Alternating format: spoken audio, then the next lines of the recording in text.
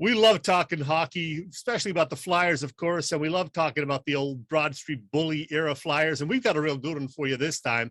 Making his first visit to Philly Pressbox Radio is defenseman extraordinaire. He's a two-time Stanley Cup champion, Joe Watson. Hey, Joe, welcome.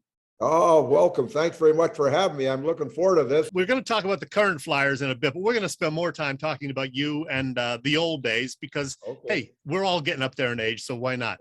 Now, we want to talk about your career, parts of 14 seasons in the NHL, 11 of them, of course, with the Flyers. But I didn't realize this until I was doing some research over the weekend. When you played your first full NHL season, I know it was with the Bruins. What I didn't know is that you were paired for a while on defense with some other rookie named Bobby Orr. Yeah. And you guys became great friends too, right? Yeah, we are. You know, we met in training camp in 1965, Boston's training camp in London, Ontario. And I saw this skinny kid and I said, who the heck, how can this guy be a hockey player? He was about 135 pounds at the time. And you know what he did? After camp broke, he went back to junior in Oshawa and he bought a rowing machine.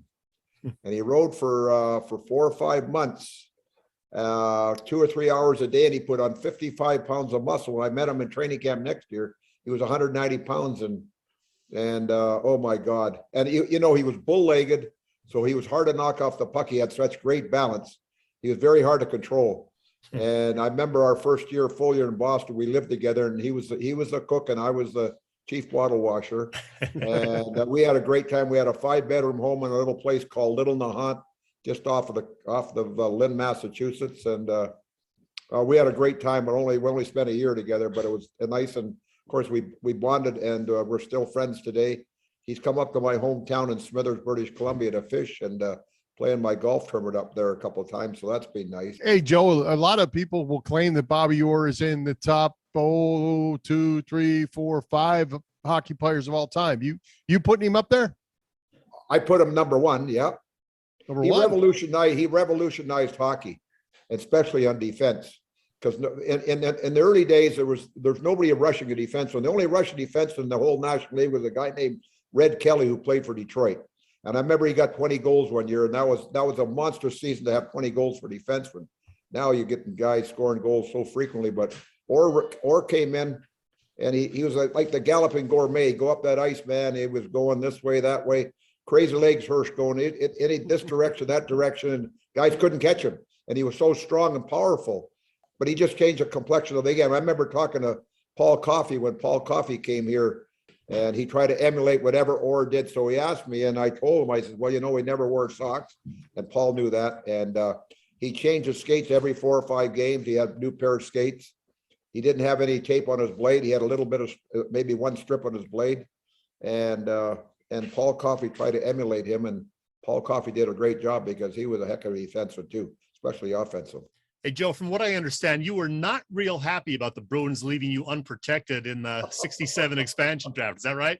Oh, boy, oh, boy, oh, boy. You know, I was flagging traffic up in British Columbia, traffic, and the guy came by about 10 after 7, and there's 3 hours difference between the east and west. And he said, I just heard your name in radio. I said, oh, yeah, what'd you hear? He says, well, you just got drafted by Philadelphia. And I had no idea that I was unprotected. Oh. In those days, you're allowed to protect 10 players out of the whole organization. Out of 40 players they had the organization, I wasn't one that 10 protected.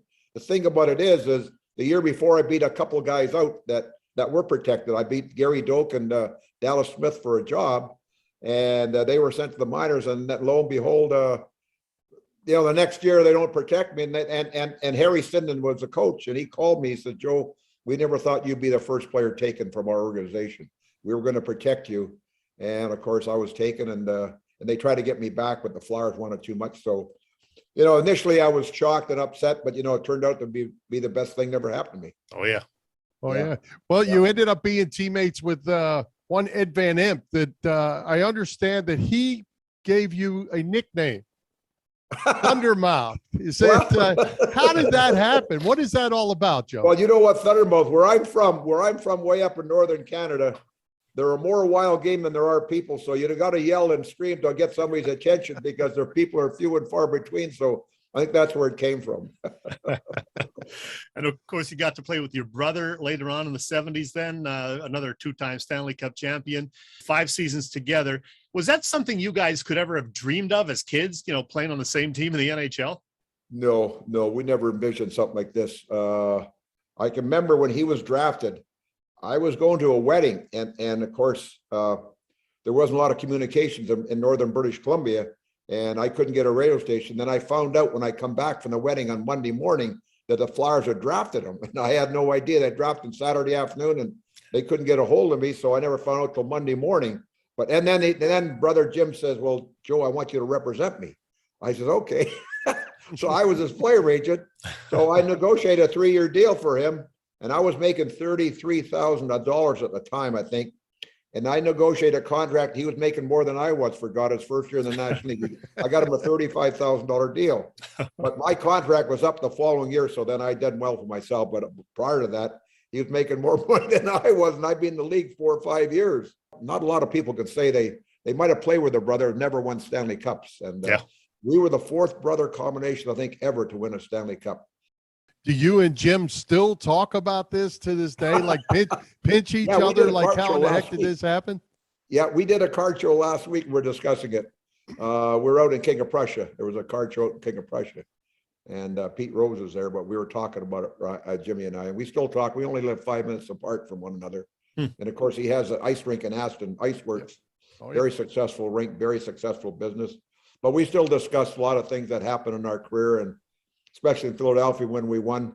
We had great leadership. I mean, the management was wonderful, as well as, we had one of the greatest leaders in all of sports at the time was Bob Clark. Being a diabetic and everything else, and seeing all the things he had to go through. It's amazing, how he survived and how long he played and how hard he played. I remember one game in particular, we're in the playoffs in Minnesota and went into overtime, and the building was hot. And I was worn out. I was sitting next to him, and he had some glucose. He was sucking on this glucose. I said, "Well, let me try that." I said, "Holy mackerel, I could never take glucose. I don't know how you did this, but it was very sweet and everything else." But he went through a lot, and his results were amazing. Clarkie, they really were. Well, he was a great leader, and your coach was rather an intriguing guy, Freddie the Fog Shero. 8 years with the Flyers. He was there till 78, as you were. How strange was he? We hear stories about it. Give me a Fred Shero story. Well, okay. We beat the Rangers in 74, beating the Rangers a 7-game series. It was a real physical series. Oh, yeah. And Boston beat Chicago 4 or 5. I think they beat them in 5 games or something. So they had 8 days prepared to play the Rangers. They thought they're going to play the Rangers for the Stanley Cup. Well, lo and behold, we end up beating them. So we had one day off to prepare. We won on a Sunday afternoon. We had to go to Boston Monday to open up Tuesday. And we get to Boston on Monday afternoon. I pick up the Boston Globe, and I just read this headline. This is anticlimactic. We just beat a better team to get the finals, that we're going to play for the finals of Stanley Cup. And I said, "Who the hell made that statement?" It was Freddie Shero. I said, "Freddie, what are you talking about?" He's, "Joe, we haven't beaten them in 7 years in their building. We haven't beaten them in this building in 7 years. We're not going to show any respect. We're going to use the old reverse psychology. And what we're going to do, we're going to shoot the puck in Orr's corner whenever we get it, and make him go back and get it, make him exert some energy," because he plays 40, 45 minutes a game sometimes. And so what we did, we shot the puck in his corner, and every time he touched the puck, we got in his way. We try to prevent him from coming up the ice, because he needs a lot of open space to get wound up. Once he gets wound up, he's okay. So we would get on him before he could get wound up, and he was playing 40 minutes a game, 45. And so we were on him all the time, and the buildings were warm and everything else. And eventually Freddie says, "We might not show it in the first 3 or 4 games, but eventually it will show." And I remember when we beat them 1-0, and there's medical rooms adjacent to our dressing room. And I went to our trainer. I says, "Listen, go get Orr, tell him to come on in this room." This is when we had the cup, and so I brought the cup in there with me. And of course, I was drinking beer, not champagne. So he came in there and he says, "You guys wore me out." He says, "Well, that was the strategy. That was Freddie Shero's strategy." He says, "This is the way we're going to beat this team, and this is what we got to do." And of course, his favorite saying, "Win today, walk together forever," will go down and go down in the history of the annals of sports for forever. And it was his saying that came up with that, and it's true. I mean, we're still together today. We have about 14 or 15 guys that played in the Stanley Cup team still live in Philadelphia. So Yeah. that says a lot about the area and the players themselves. Hey, Joe, what did you think when you come to the Flyers in the expansion? You get in the playoffs early on against the Blues, and you guys kind of got beat up a little bit. Mr. Snyder said this is never going to happen again. Yeah. What did a veteran defenseman think when all of a sudden Dave Schultz is on your roster, Don Selesky, Bob Kelly, the bullies are being formed? What was it like to be sitting there wondering what in the world is going on here? The annals of hockey. Well, you know, the Flyers were a different team than other teams. And Mr. Snyder vowed it would never happen to a Flyers game. And I'm glad he said that. And that was after the series against St. Louis, because St. Louis, it was a real, very, very physical series. And they beat us in 7 games in our building. The only reason they beat us because they were more physical than we were. And we had a lot of small guys, but good players, but just too small. And we couldn't take the physical abuse that we got on the end. Mr. Snyder said this would never happen again.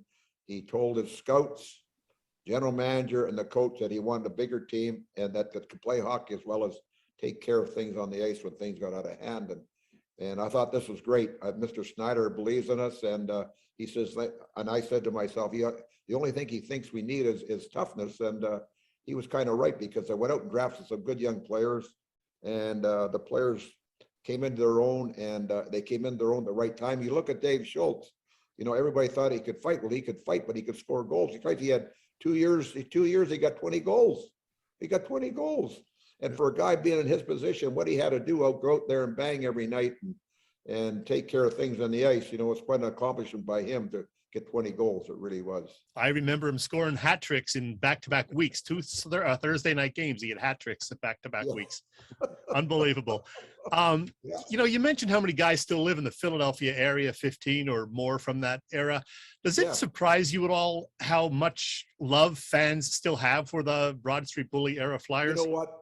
God, it's a great question, because, you know, I just spoke at a function last night, and these people, they're, you know, like I'm up in age, I'm 78, and these people are in their 60s, 65, 66, and they can remember where they were when the Flyers won their first Stanley Cup. Oh, yeah. They weren't even at the game, but they can remember where they were. But it's nice to be recognized for accomplishments that we did as a team, not as individuals. I mean, we weren't as talented as Boston. Boston had 10 or 12 so-called superstars. We had maybe 2 or 3. But it goes to show you what hard work and perseverance and good coaching can do to a team, disrupt their team so much that we win a cup. And then the second year we win, we knew we were going to win and beat Buffalo in 75 because we were just that good. We were cocky. And then the third year we go against Montreal. Now, if we hadn't lost Perrant and McLeish, we would have made it very, very close, because every game was by 1 goal, with the exception of the last one. They got an open net goal. But every game was so close. We just, you know, and we had Wayne Stevenson. He was our goalie, and Wayne was not Bernie. Mind you, Wayne played very well for us. But when the time came, he just had trouble with Montreal. I remember Lafleur scored the winning goal in the second game, 2-1 for a shot in the blue line, a wrist shot that he missed. And then Guy Lapointe, I remember, scored the first goal, the fourth goal in the first game in Montreal, right along the ice at a bad angle. And I thought, oh boy, this is not going to bode well for us if goals like that go in, but it didn't. But we kept it very close. And then they had a guy named Pierre Bouchard, hadn't scored a goal all year, and I think he got 2 goals in that series. But anyway, we kept it close, but we were beat up. We were beat up and worn out, you know. And so that was the end of our era as far as winning the Stanley Cups, even though we went to the semifinal, quarterfinals, I think the next year. But Boston, I remember Boston beat us out. It was downhill from there. Nothing lasts forever. That's right. Well, a memory lasts forever. 45 years ago, next month in January, the Red Army decided they were going to come into the Spectrum. The only time that the entire NHL was rooting for the Flyers, and Joe Watson scores a shorty. Yep.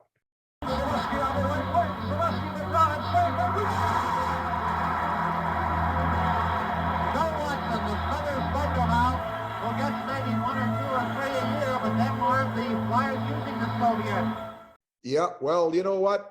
Go to show you, they never know what to expect, for God's sake. And I think the Russians, they were not aware of me out there. They didn't pay attention. But I remember in the second period of the shorthand situation, and Boris Kinderchuk made a pass to Don Selesky. He took a shot, And you know, the reason we scored that goal is because he kept it low. If he had to put it up high, he would have blocked it with his glove or his blocker or anything else, but he shot it right off his pad.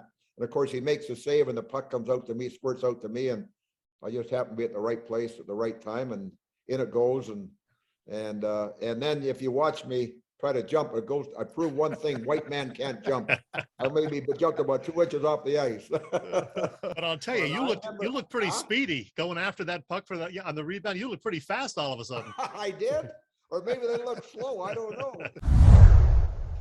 I've had so many people, they remember where they were when we played the Russians and we beat the Russians. They remember me scoring a shorthanded goal. Like last night I was at this function and people asked me, well, by goal. I says, well, that was 45 years ago, but oh, we remember, Joe. Mm-hmm. You played with so many legends back then. I mean, Clark, Barber, Leach, Schultz, the Big Bird, the late great Rick McLeish, Moose Dupont, and of course the guy in goal, Bernie Perron, who probably could have run for mayor at any point over the last 45 years and won in Philadelphia. He's still as popular as ever. Tell me about Bernie and how.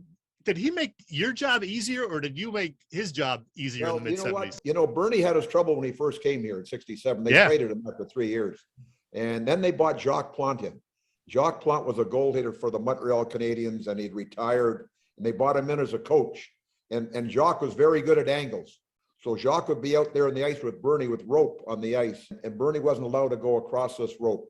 He wasn't allowed to go inside or outside. He had to stay within the confines of the rope.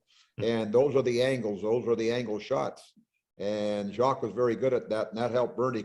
I met Bernie in 1963 when I was playing for Minneapolis in the Central Professional Hockey League.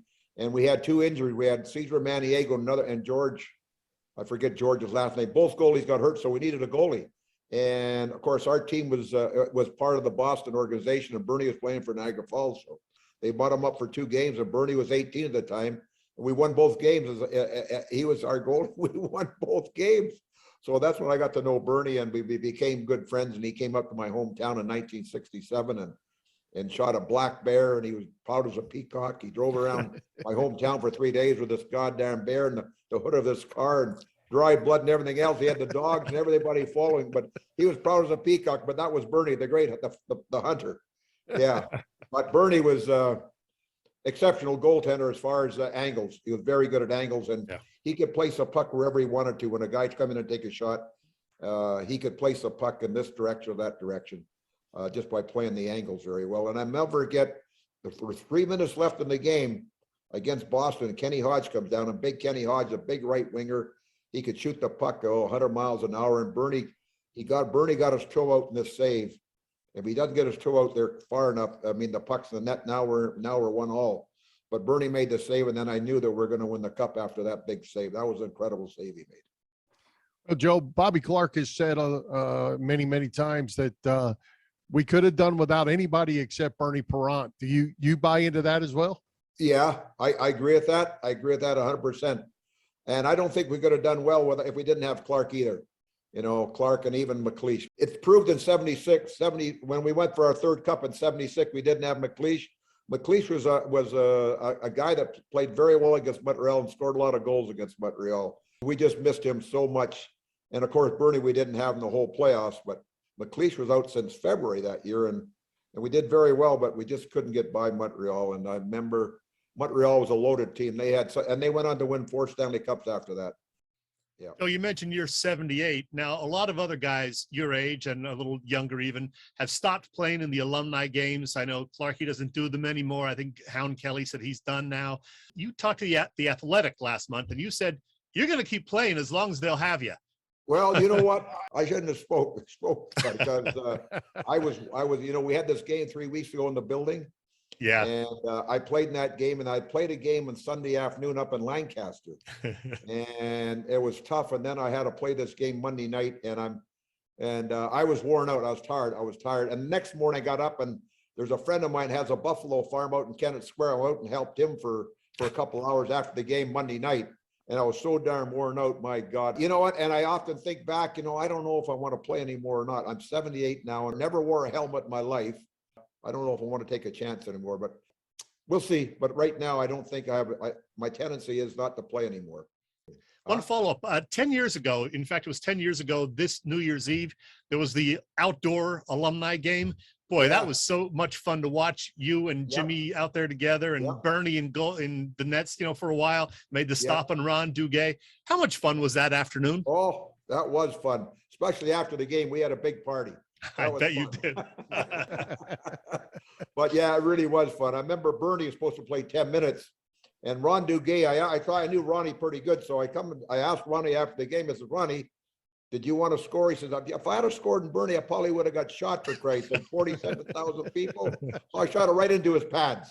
So it made Bernie feel good. And then Bernie rushed off the ice right after that. And he said, he took off for the bench and they were coming down the ice. And here he skates off to the bench, for God's sake. And he was gone. That was it. But it was funnier in hell. It was a good time. Really was.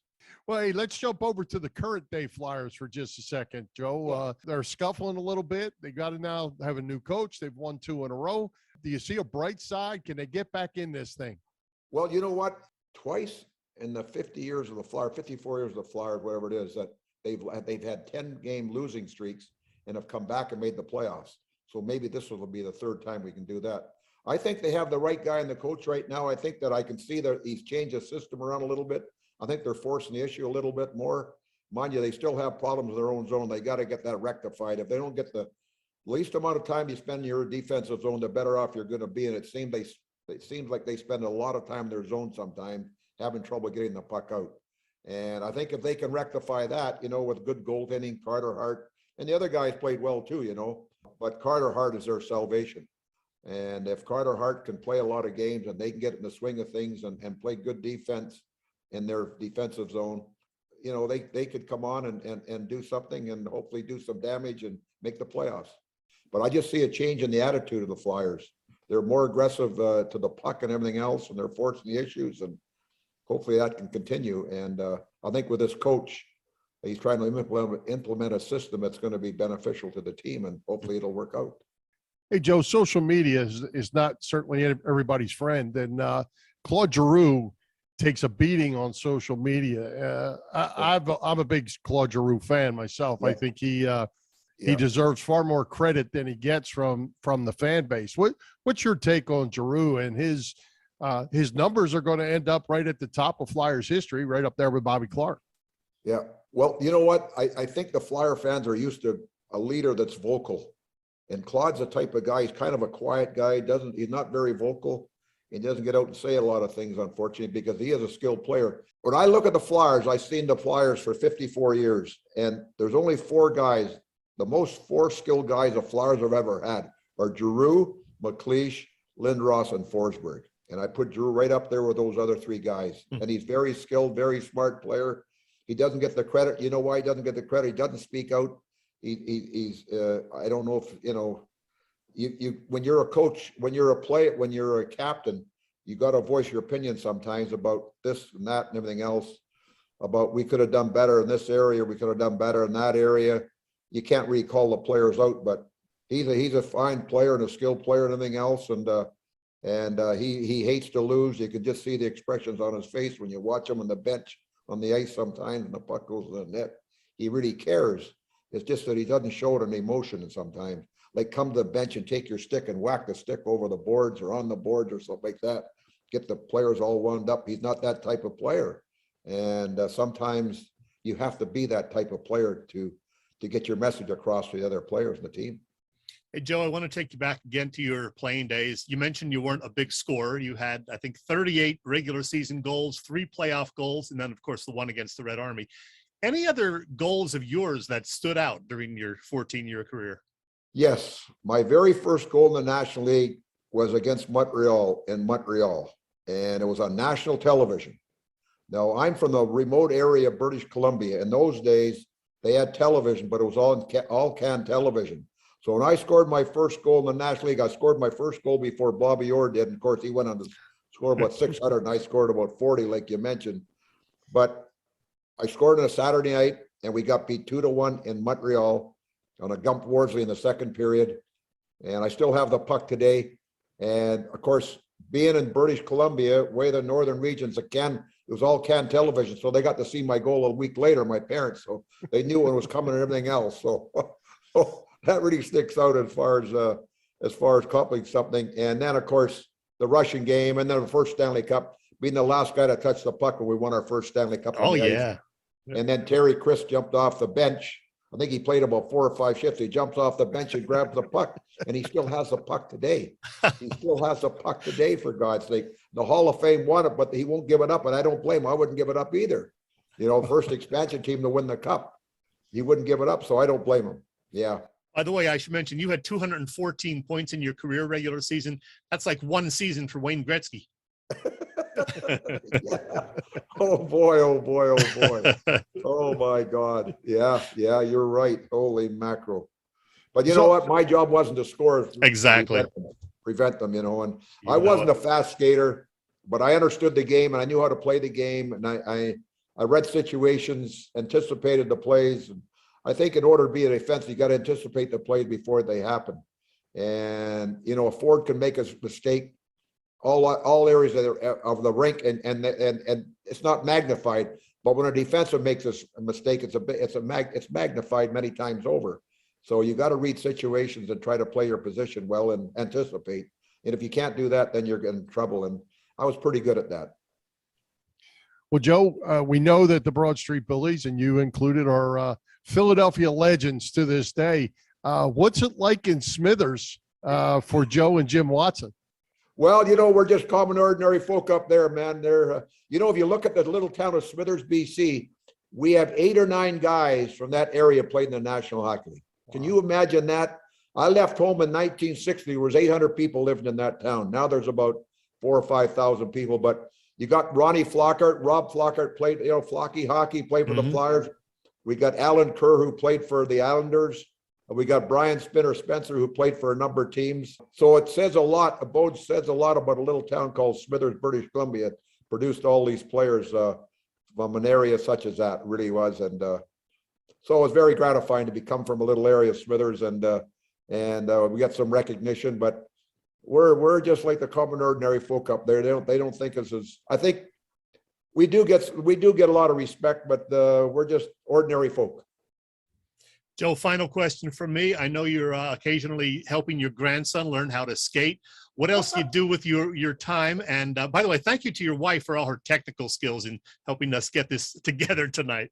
Well, I'm glad she did too. I'm really glad. God, yeah. But, well, you know, you can only play so much golf. So now I got to find a lot of other things to do now, because I can't golf in the wintertime, obviously. But I did play a lot of golf this year. I got some speaking appearances. I'm doing appearances.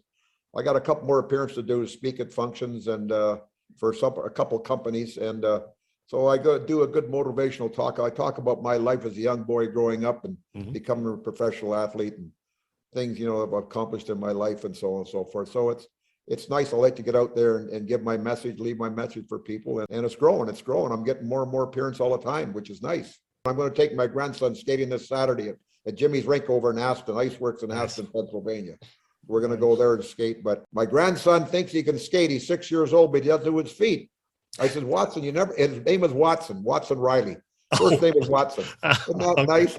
So anyway, Watson said to me there the other day, he says, Pop Up, I know how to skate. I said, well, you don't, because all you do is glide. He says, I know how to skate, Pop Up. So that's what he said. So kind of a cocky little kid, but he's a funny kid. He's fun.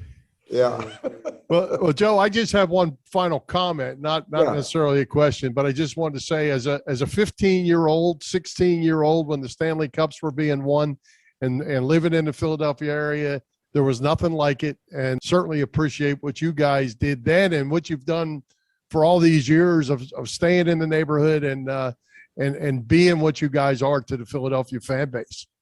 Well, I really appreciate those remarks, because, you know, we love it here. It's a big city, yet it's a small city. You can find your way around rather easily, but I enjoy the area immensely. I got a lot of fine friends here, and I've been here since I left home in 1960, and I go back home in the summer for 2 or 3 weeks, but Philadelphia is my home now, and I've been here many, many years, and I really enjoy it here. And I love meeting fans that are hockey fans, particular Flyer fans. Of course, they can remember where they were when the Flyers won their first Stanley Cup. Absolutely. Joe, this was a blast. Thanks so much. Let's make it an annual event. How about that? I love this.